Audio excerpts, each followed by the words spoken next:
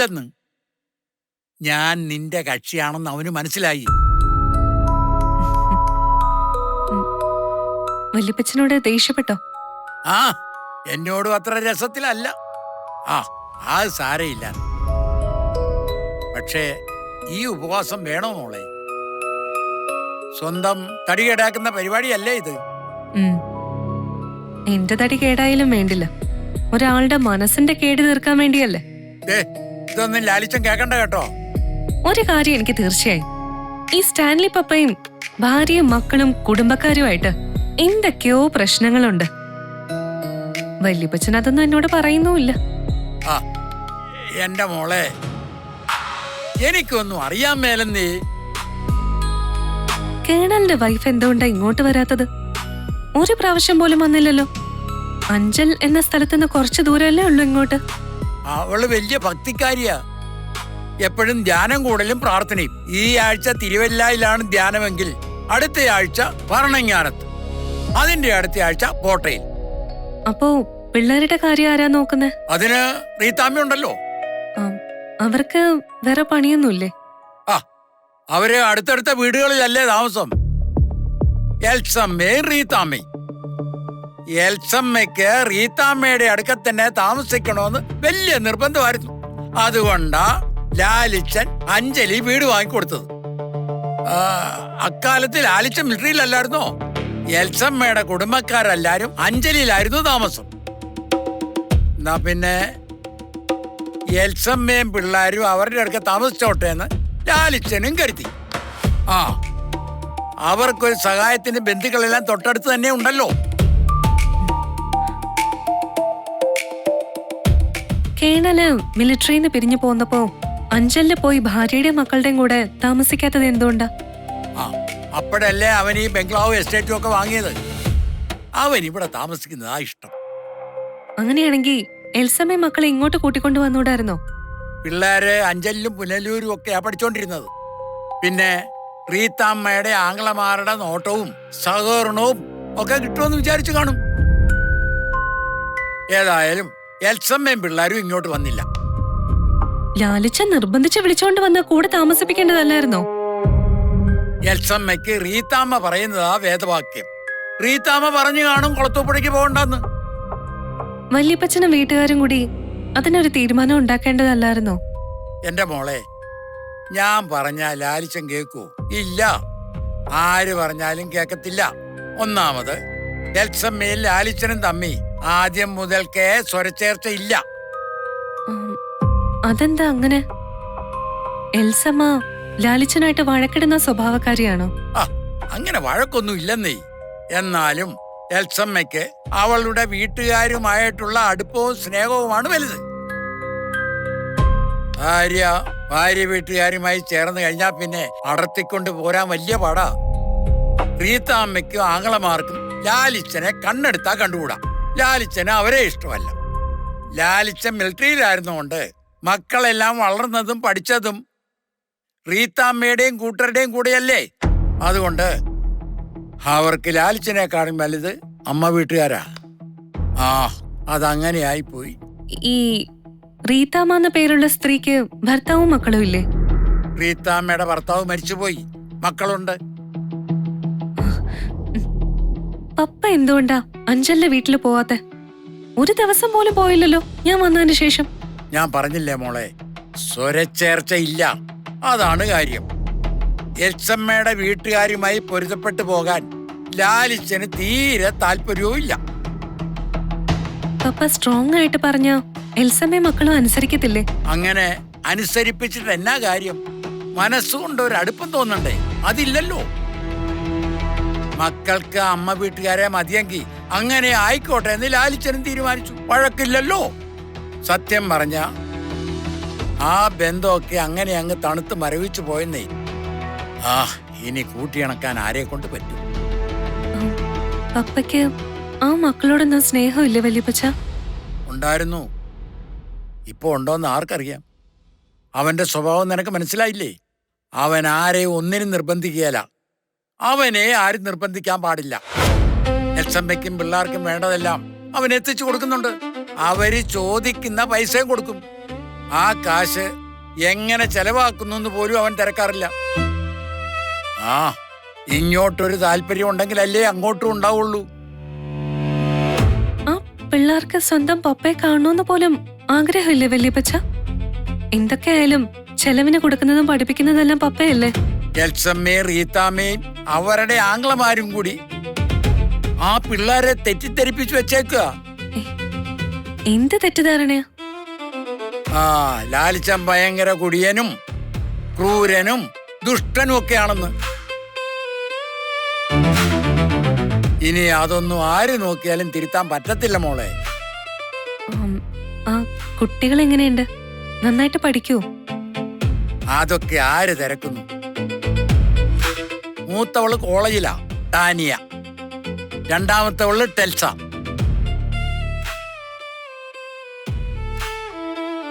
ഇനിയുള്ളത് ഒരു മോനാ, ടോജോ. അവനും പഠിക്കുക. ചികിത്സിക്കുന്നുണ്ടോ? പപ്പയല്ലേ ഇതൊക്കെ നോക്കേണ്ടേ? സ്വന്തം മോളല്ലേ? ഉള്ളത് പറഞ്ഞ ഭാര്യയും മക്കളും എല്ലാം അവന്റെ പിടിവിട്ടു പോയി. പിടിച്ചാ കിട്ടുന്നില്ലെങ്കിൽ അവനങ്ങ് പിടിവിട്ടേക്കും. അത് അവന്റെ സ്വഭാവം.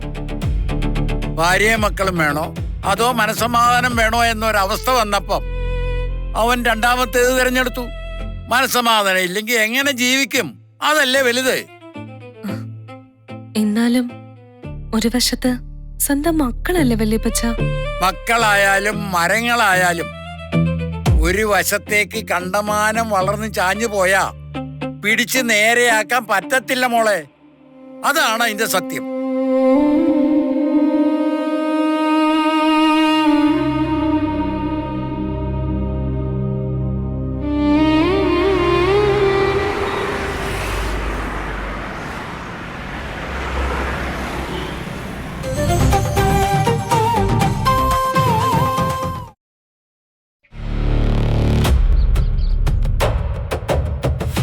റിങ് ചെയ്യുന്നുണ്ടല്ലോ അല്ലേ? ആ ഉണ്ട്. ഹലോ, ലാലിച്ചാനല്ലേ? അതെ. എന്താ സംശയം? എന്നോട് പറഞ്ഞിട്ടാണല്ലോ പോയത്. സംശയമൊന്നുമില്ല. അപ്പച്ചൻ അങ്ങോട്ട് വന്നിട്ടുണ്ടായിരുന്നു. എന്നോട് പറഞ്ഞിട്ടാണല്ലോ പോയത്. അപ്പച്ചൻ ഇവിടെ എത്തിയോന്ന് ആരും വിളിച്ചു ചോദിച്ചില്ല അവിടുന്ന്. അപ്പച്ചൻ ആഫ്രിക്കയിലോട്ടൊന്നുമല്ലോ പോയത്, പത്തനാപുരത്തേക്കല്ലേ. 1 മണിക്കൂർ കൊണ്ട് ചെല്ലാവുന്ന ദൂരത്തിന് ആരൊക്കെ വിളിച്ച് തിരക്കണം എത്തിയോന്ന്. അപ്പച്ചൻ ഇവിടെ വന്നപ്പോ ഞങ്ങളോടൊരു കാര്യം പറഞ്ഞിരുന്നു. അലീന എന്ന് പറഞ്ഞൊരു പെണ്ണ് ലാലിച്ചാൻ്റെ കൂടെ അവിടെ താമസിക്കുന്നുണ്ടെന്ന്. അത് അപ്പച്ചൻ പറഞ്ഞിട്ടാണോ നിങ്ങൾ അറിഞ്ഞത്? അത് നേരത്തെ അറിഞ്ഞിട്ടില്ലായിരുന്നോ? എടാ ആൽബി, എന്തിനാടാ വെറുതെ വളച്ചു കിട്ടുന്നേ? അപ്പച്ചൻ പറഞ്ഞപ്പോഴാ കാര്യങ്ങളൊക്കെ വിശദമായിട്ട് മനസ്സിലായത്. ഇനി അറിയാൻ വല്ലതും ബാക്കിയുണ്ടെങ്കിൽ ചോദിച്ചോ, ഞാൻ പറഞ്ഞുതരാം. പിന്നീട് പരാതിക്ക് പോകരുത്. ആ പെണ്ണിനെ വിളിച്ചോണ്ട് വരുന്നതിന് മുമ്പ് ഞങ്ങളോടൊരു വാക്ക് പറഞ്ഞില്ലല്ലോ ലാൽച്ചാൻ. എടാ ആൽബി, എല്ലാവരോടും വിസ്തരിച്ചു പറഞ്ഞ് എല്ലാവരുടെ അനുഗ്രഹവും ആശീർവാദവും വാങ്ങിച്ച് അലീനയെ കൊണ്ടുവരാനേ ഇവിടെ കല്യാണമൊന്നല്ല നടക്കുന്നത്. അത് മനസ്സിലായി. എന്നാലും ഞങ്ങളോടൊരു വാക്ക് പറയായിരുന്നു. ആൽബി, എനിക്ക് ഞാനറിയാത്തൊരു മകളുണ്ടെന്ന് വിശ്വസിക്കാനും അംഗീകരിക്കാനും ഞാൻ തന്നെ കുറെ ബുദ്ധിമുട്ടി. അപ്പോ പിന്നെ നിന്റെയൊക്കെ കാര്യം പറയണോ? ആരോട് പറഞ്ഞാലും അവരിടങ്കോലിടും. കഴിയാവുന്നത്ര തടയാൻ നോക്കും. അതുകൊണ്ട് തന്നെയാ ആരോടും പറയാതിരുന്നേ. അപ്പോ എല്ലാം മനസ്സിലാക്കിയിട്ട് തന്നെയാ ഇങ്ങനൊരു ചതി ചെയ്തത് അല്ലേ? മനസ്സിലാക്കാൻ എന്തിരിക്കുന്നു? എനിക്ക് പണ്ടത്തെ ബന്ധത്തിൽ ഒരു മകളുണ്ടായി. ഇത്രയും കാലം അവൾ അനാഥയായി ജീവിച്ചു. അവളെ തിരിച്ചറിഞ്ഞപ്പോ ഞാനിങ്ങ് കൂട്ടിക്കൊണ്ടു പോന്നു. അതിലെന്താ ഇത്ര ചോദിക്കാനും പറയാനും? ലാലിച്ചാൻ അത്ര ചിന്തിച്ചുള്ളൂ, സ്വന്തം കാര്യം മാത്രം. ഞങ്ങളെ ആരെയും ലാലിച്ചാൻ ഒരു നിമിഷം പോലും ഓർത്തില്ല. നിങ്ങളെ ഓർത്താൽ എന്ത് പുണ്യം കിട്ടാനാ? നിങ്ങളോട് പറഞ്ഞാലും ഇത് തന്നെ നടക്കും, നിങ്ങൾ എതിർത്താലും നടക്കും. ഞങ്ങൾക്കും ഇതിന്റെ നാണക്കേട് അനുഭവിക്കണല്ലോ. ലാലിച്ചാന് നല്ല തൊലിക്കട്ടിയുള്ളതുകൊണ്ട് ഒരു മാനക്കേടും തോന്നത്തില്ലായിരിക്കും. ഞങ്ങൾക്കേ അത്രയും തൊലിക്കട്ടിയൊന്നും ഇല്ല. നിങ്ങൾക്ക് എന്തുകൊണ്ടാ എന്റെ അത്ര തൊലിക്കെട്ടി ഇല്ലാത്തത്? എന്റെ അപ്പൻ ഔതക്കുട്ടി തന്നെയല്ലേ നിന്റെയോ അപ്പൻ? അതോ നീ മേഡ് ചൈനയാണോ? ലാലിച്ചാൻ ഒറ്റൊരാള് കാരണം കുടുംബത്തിന് മുഴുവൻ അപമാനമായിന്ന് പറഞ്ഞത്. അതില്ലാന്ന് പറഞ്ഞ എങ്ങനെ ശരിയാവുന്നേ? എടാ ആൽബി, 24 വർഷം മുമ്പ് നടന്ന സംഭവമാ. ഞാനൊരു പെണ്ണിനെ പ്രേമിച്ചതും ആ പെണ്ണിന്റെ കൂടെ താമസിച്ചതും. എനിക്കിപ്പം 24 വർഷം പിറകോട്ട് പോയി മായ്ച്ചു കളയാൻ പറ്റുമോ? ലാലിച്ചാൻ ഇതിനെ മകളാന്ന് സമ്മതിച്ചു കൊടുത്തത്, അതുകൊണ്ടല്ലേ ഏറ്റെടുക്കേണ്ടി വന്നത്. എടാ, കഴിഞ്ഞ 23 കൊല്ലമായിട്ട് ആരോരുമില്ലാതെ ഓർഫനേജിൽ കിടക്കുമായിരുന്നു എന്റെ കൊച്ച്. അതെന്റെ മോളാണെന്ന് അറിഞ്ഞ ശേഷം എങ്ങനെയാടാ ഞാനവളെ ഉപേക്ഷിക്കുന്നേ? നീ ഒരു അപ്പനല്ലേ, ഒരു മനസാക്ഷി വേണ്ടേ? എന്റെ മറ്റു കുട്ടികളെ പോലെ തന്നെയല്ലേ അവളും? എന്തെങ്കിലും വ്യത്യാസമുണ്ടോ? വ്യത്യാസമുണ്ട്. എന്ത് വ്യത്യാസം? 2 കണ്ണും 2 ചെവിയും 2 കൈയും 2 കാലും വായും തലയും മൂക്കും എല്ലാം ഒത്ത ഒരു മനുഷ്യ കുഞ്ഞു തന്നെയാ അലീനയും. ടാനിയയും ടെൽസിയും പോലെ തന്നെ.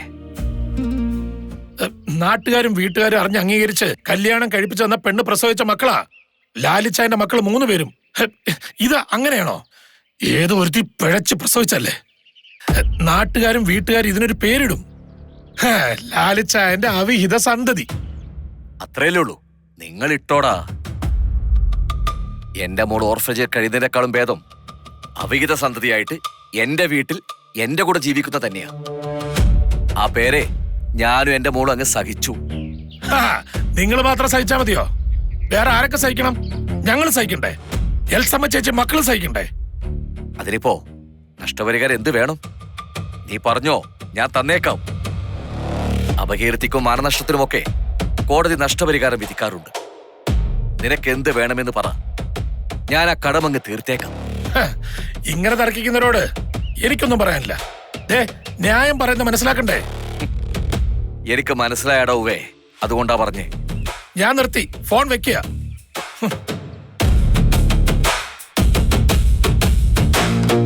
അയാള് പട്ടാളക്കാരന്റെ അതേ സ്വഭാവ, 1 ഇഞ്ച് പുറകോട്ടില്ല. എന്നാ അൽവിജ ഇനി ചെയ്യുന്നേ? ആലോചിക്കണം.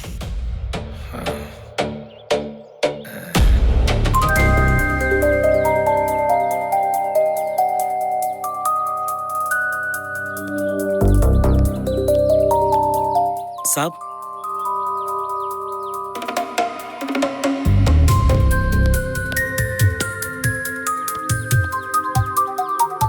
എടാ ലാൽച്ച, നീ എവിടെ പോവാ?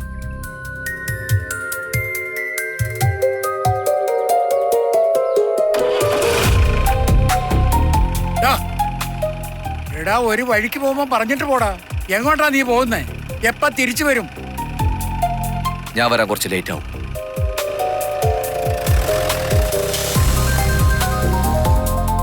എന്നാ പോക്കാടാവും പോകുന്നേ? നിന്നോട് വല്ലതും പറഞ്ഞായിരുന്നു? ഇല്ല. നീ ഒന്നും ചോദിച്ചില്ലേ? ഇല്ല. ഇല്ല. നിന്നെയൊക്കെ എന്തിനു കൊള്ളാവടാ? കുട്ടിച്ചായൻ ചോദിച്ചിട്ട് മറുപടി ഒന്നും കിട്ടിയില്ലല്ലോ. ഞങ്ങളെ അപ്പനും മകനുമാ. ഞങ്ങളുടെ നടുവിലോട്ട് കേറി നുളക്കല്ലേ നീ. കുട്ടിച്ചായൻ എന്നാ മുറ്റത്തിറങ്ങി നിൽക്കുന്നെ? ലാലിച്ചം പോയടി മോളെ. എങ്ങോട്ട് പോയി? ആർക്കറിയാം. ഭയങ്കര ദേഷ്യത്തിലാന്ന് തോന്നുന്നു, അല്ലേടാ? ഞാൻ ദേഷ്യമൊന്നും കണ്ടില്ല. നീ കാണത്തില്ല. നിന്റെ കണ്ണിപ്പെടാത്ത പലതും ഇവിടെ നടക്കുന്നുണ്ട്. നിനക്കൊക്കെ ശമ്പളം തരുന്നവനെ തൊഴിക്കണം. വല്യപ്പച്ച, ലാലിച്ചനെ അല്ല പറഞ്ഞത്. അക്കൗണ്ടന്റ് എന്നും പറഞ്ഞ ഒരുത്തനുണ്ടല്ലോ തോട്ടത്തിലെ ഓഫീസിൽ, അവനെയാ. എന്നാ സാരല്ല, പോട്ടെ, ക്ഷമിച്ചു.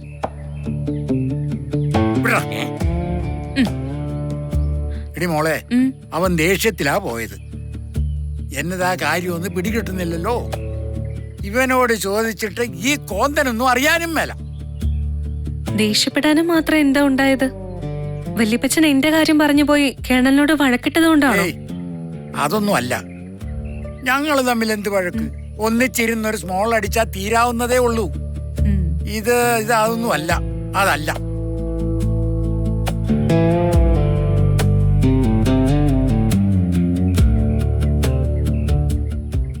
അത് പോട്ടെ. അവൻ പോയാ കുറെ കഴിയുമ്പോ ഇങ്ങ് വരും. അന്നേരം നമുക്ക് ചോദിക്കാന്ന്. നീ വാ മോളെ.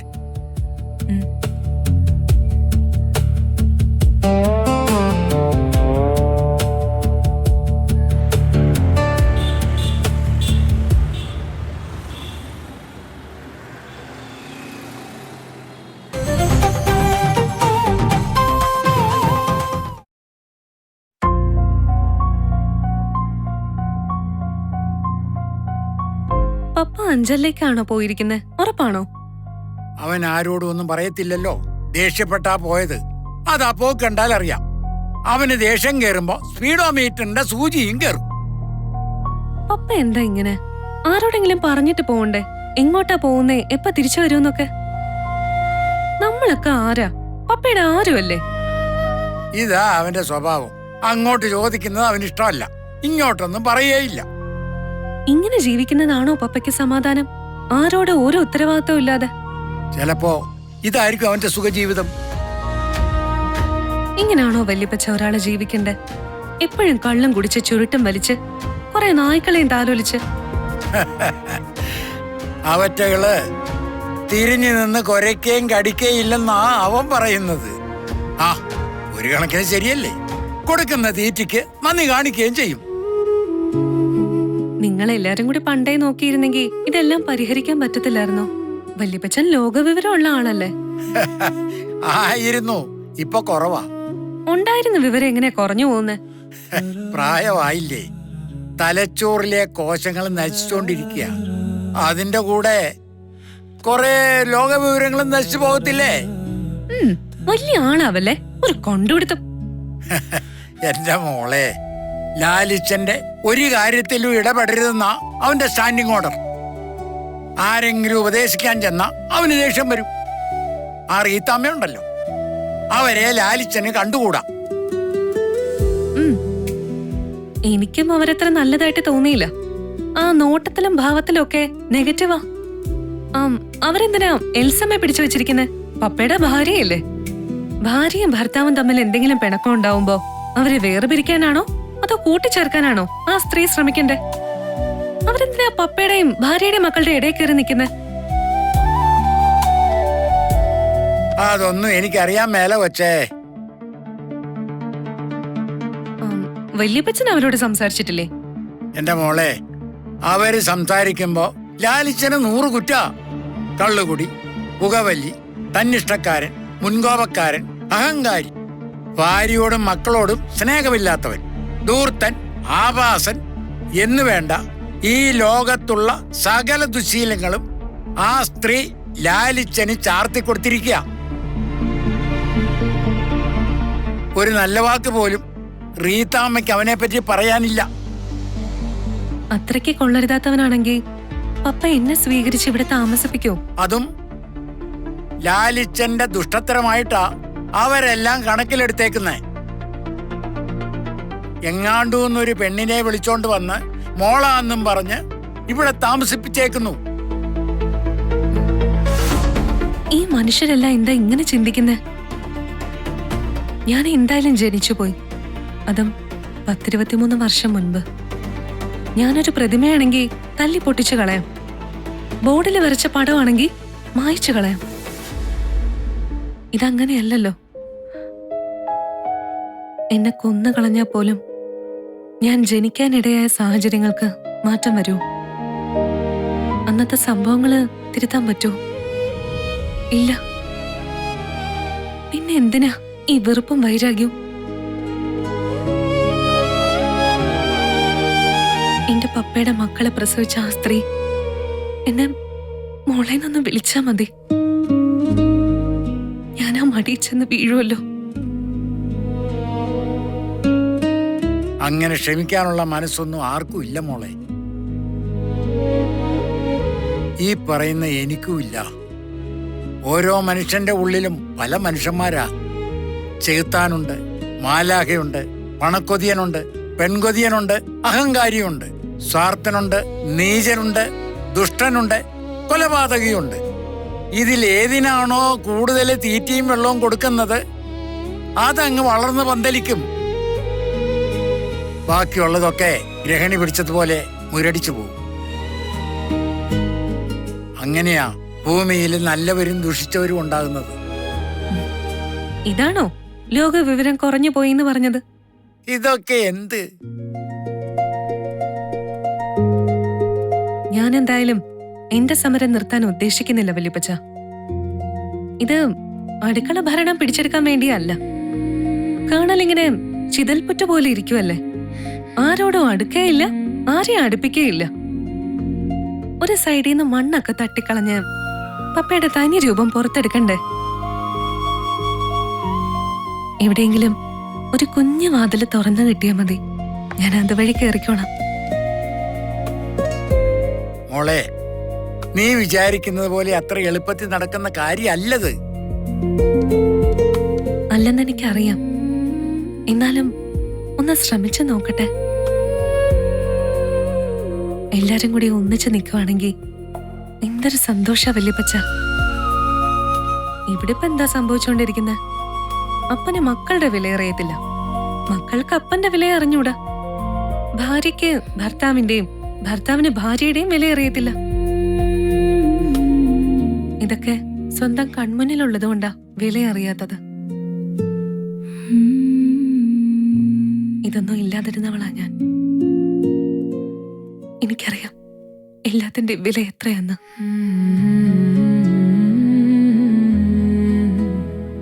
കുഞ്ഞുനാളില് ഓർഫനേജിൽ നിന്നാ സ്കൂളിലോട്ട് പോകുന്ന. കൊണ്ടുവിടാൻ ആരുമില്ല. കൂട്ടിന് കുറച്ച് അനാഥ കുട്ടികൾ മാത്രമേ ഉള്ളൂ. സ്കൂളിലൊക്കെ ചെല്ലുമ്പോ കാണാം ഓരോ അച്ഛനമ്മമാര് അവരുടെ കുട്ടികളെ സ്കൂട്ടറിലോ ഓട്ടോറിക്ഷയിലോ കാറിലോ ഒക്കെ കൊണ്ടുവരുന്നത്. അവരെ കെട്ടിപ്പിടിച്ച് ഉമ്മയൊക്കെ കൊടുത്ത് ടാറ്റ കൊടുത്ത് കൊഞ്ചിച്ച് സ്കൂളിലേക്ക് കയറ്റിവിടുന്നു. ഞാനതെല്ലാം കണ്ടു കൊതിച്ച് കണ്ണെടുക്കാതെ നോക്കി നിൽക്കും.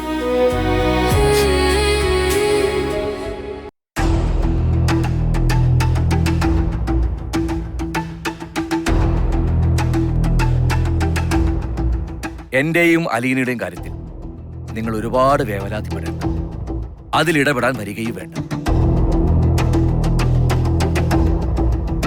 ആ പെങ്കുച്ചിന് ഇത് വലിയ അഭിമാനമാണോ? അവിഹിത സന്താനം എന്ന് നാട്ടിൽ മുഴുവൻ അറിയപ്പെടുന്നത് ആണോ?